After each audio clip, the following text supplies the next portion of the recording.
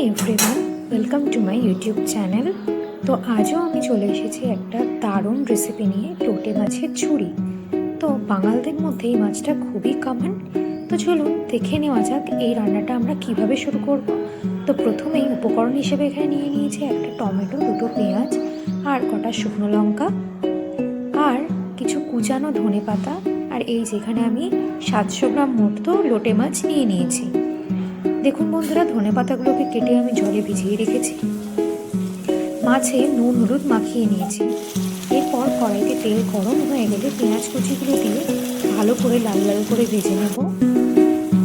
দেখুন বন্ধুরা, যে সবজিগুলো আমরা নিয়েছিলাম, পেঁয়াজ টমেটো, সেটা আমরা বেটে নিয়েছি। এরপর পেঁয়াজটাকে আমরা ভালোভাবে লাল লাল করে ভাজতে দেব।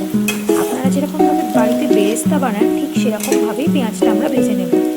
এতে বন্ধুরা রান্নার স্বাদটা কিন্তু আরও দ্বিগুণ বেড়ে যাবে। যে কোনো রান্না আপনি যদি বারবার কষিয়ে রান্না করেন, তার স্বাদটা কিন্তু আরও 3 গুণ বেড়ে যায়।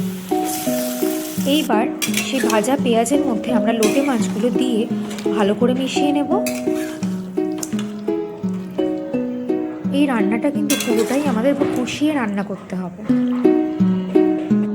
মেশানো হয়ে গেলে সেই বাটা মশলাটা আমরা এবার মাছটার মধ্যে দিয়ে দেব।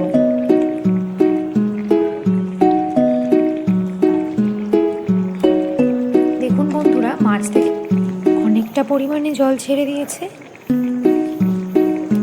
পুরো মশলাটা এখানে ভালোভাবে দেওয়ার পর একে একে আমরা হলুদ গুঁড়ো দিয়ে নেব। দিয়ে আমরা ভালো করে মশলার সাথে এটাকে মিশিয়ে নেব।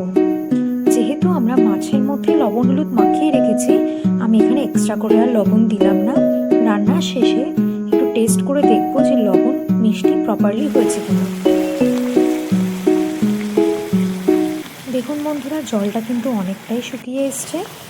এই রান্নাটা আপনাদের কিন্তু বারবার করে ভালো করে নাড়িয়ে নিতে হবে, নাহলে কিন্তু তলায় ধরে যাওয়ার সম্ভাবনা থাকবে।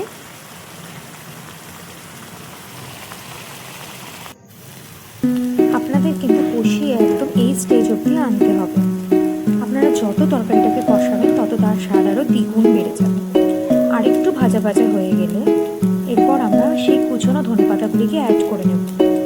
এই রান্নার একটাই মেন অস্ত্র, রান্নাটাকে আপনি যতক্ষণ ধরে কষাবেন, একদম শুকনো শুকনো করে আনবেন, রান্নার স্বাদ আরও 10 গুণ বেড়ে যাবে। দেখুন বন্ধুরা, আমি ধনেপাতাটা এখানে মিশিয়ে নিয়েছি। বেশ অনেকখানি ধনেপাতা আমি এখানে ব্যবহার করেছি, আর এটাই হলো আমাদের ফাইনাল রেজাল্ট।